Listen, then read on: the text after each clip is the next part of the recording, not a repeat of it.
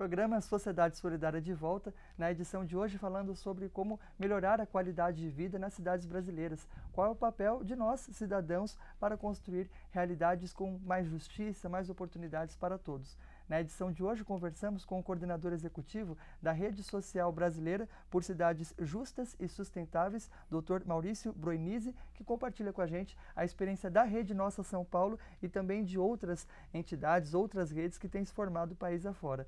Bom, no bloco anterior a gente pode conhecer um pouco mais sobre o funcionamento. Agora, a partir da realidade concreta implantada nos municípios, quais têm sido os caminhos que a sociedade tem encontrado para conseguir fazer valer esses objetivos que todos nós temos, de melhorar a qualidade de vida? Há um programa de metas que conta ali com a adesão do poder público. Eu queria que o senhor contasse para a gente sobre como é construído essa ferramenta, esse marco legal que orienta as ações aí de todos. Bem, nós temos aí duas iniciativas em nível nacional, que é a proposição para que os municípios adotem como lei a obrigatoriedade do prefeito eleito elaborar um plano de metas para os 4 anos da sua gestão e elaborar de forma participativa, com audiências públicas. Aqui em São Paulo nós tivemos audiências públicas em 16 subprefeituras que estão discutindo as metas para cada região da cidade e a população está dando a sua contribuição. E o compromisso da atual gestão é de incorporar muitas das propostas que vêm da população e depois fazer uma audiência pública com devolutiva para explicar para a população o que entrou, o que não entrou e por que não entrou no programa, né?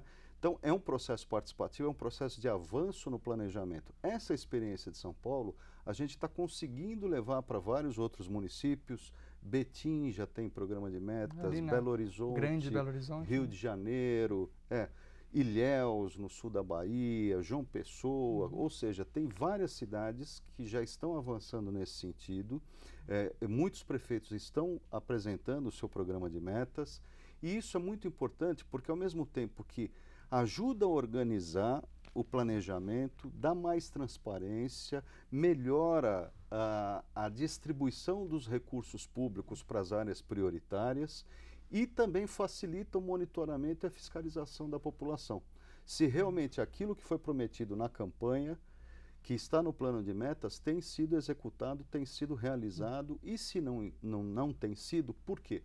Né? Geralmente fica muito vago, né? Então a participação da sociedade civil acaba não sendo tão útil quanto poderia, porque não se tem os dados.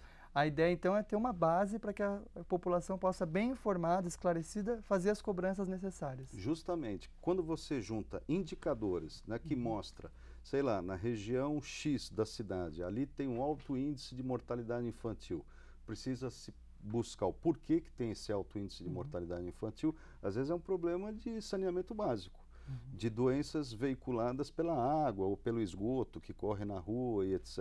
Tal, né? Então, aí você, com esse indicador, você vai ter na meta reduzir a mortalidade infantil, melhorar as condições de saúde daquela região, etc. E a população vai poder acompanhar, porque tem a informação e tem o programa de governo para combater aquele problema específico. Bom, quem está acompanhando, como pode saber se tem uma rede como essa já no seu município? Quais são as formas de participação da população?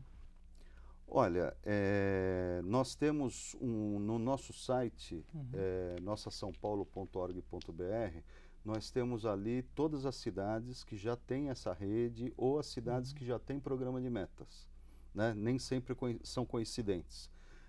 E aí as pessoas podem se informar.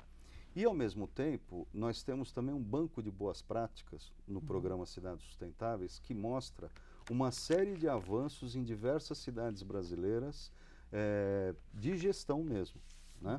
Por exemplo, Canoas, no Rio Grande do Sul, na Grande Porto Alegre, diminuiu em 2 anos 73% o número de homicídios por causa de um programa social que foi feito no bairro mais violento da cidade.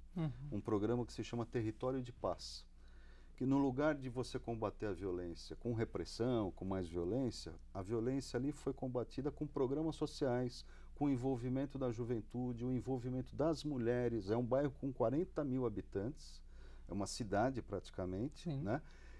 E por meio dessas políticas sociais, você teve uma redução drástica da violência na região, né? O que mostra que se você tiver um bom planejamento, se você tiver políticas sociais para combater as causas da violência, você não precisa da repressão, você não precisa de gerar mais violência na sociedade, né? Assim como Canoas, sei lá, você tem em Uberlândia o maior programa de inclusão de deficientes físicos. Né? 100% da frota de ônibus está adaptada, é acessível, os prédios públicos, as calçadas da cidade. Com isso, Uberlândia é hoje a cidade brasileira com a maior população de portadores de deficiência com carteira de trabalho assinada.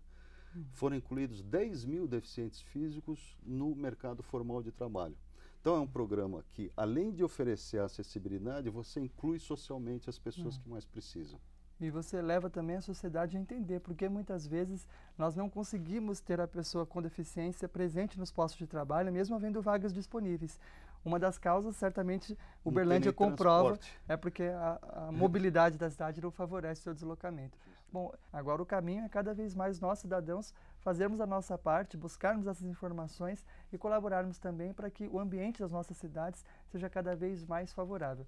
A gente falava aqui logo no começo do programa que um dos desafios que levam as cidades brasileiras a ter uma situação tão caótica como muitas vezes encontramos é porque se prioriza a questão econômica ali, da agilidade, da dinâmica da cidade, em detrimento dos seres humanos. Eles acabam ficando em segundo plano na hora de se prever aquilo que é importante ou não para o município. Por isso o programa Sociedade Solidária chega ao final falando justamente a respeito desse valor tão importante. A solidariedade é o caminho para que a gente possa construir cidades mais justas e sustentáveis, certamente. O criador do programa Sociedade Solidária, o jornalista Paiva Neto, em seu artigo Tempo de Repensar no Divã, no qual ele aborda essa crise econômica mundial que temos vivido já há vários anos, afirma: anacronicamente, nunca o mundo conheceu por um lado tanta fartura e por outro tanta miséria. Está faltando solidariedade à economia. Até que o último dos seus filhos tenha as condições mínimas para uma vida digna, qualquer país não será uma nação independente, mas apenas escrava das limitações que a si mesma se impõe. Os impedimentos de ordem interna são mais prejudiciais ao progresso de sua gente que os de ordem externa. Se um povo não se prepara, como ele vencerá? E esse é o caminho para nós, nos prepararmos para que possamos vencer esses impedimentos que acabam fazendo com que a gente não expresse todo o potencial das nossas cidades, do nosso povo, do nosso Brasil. Mais uma vez agradecemos a presença do senhor aqui hoje, em nome da LBV, abrindo também as suas considerações finais.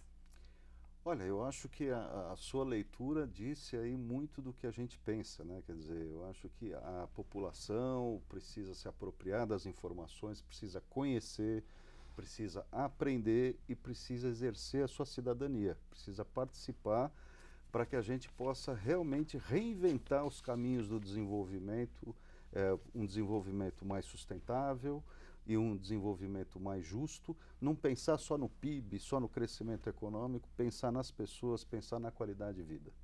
Sem dúvida. Bom, mais uma vez agradecemos. O programa Sociedade Solidária entrevistou hoje o Dr. Maurício Broinizzi. Ele é coordenador executivo da Rede Nossa São Paulo e também da Rede Social Brasileira por Cidades Justas e Sustentáveis. Esse tema é muito amplo e nós certamente voltaremos a falar sobre ele em futuras edições do programa Sociedade Solidária. Muito obrigado pela sua audiência e até a nossa próxima edição.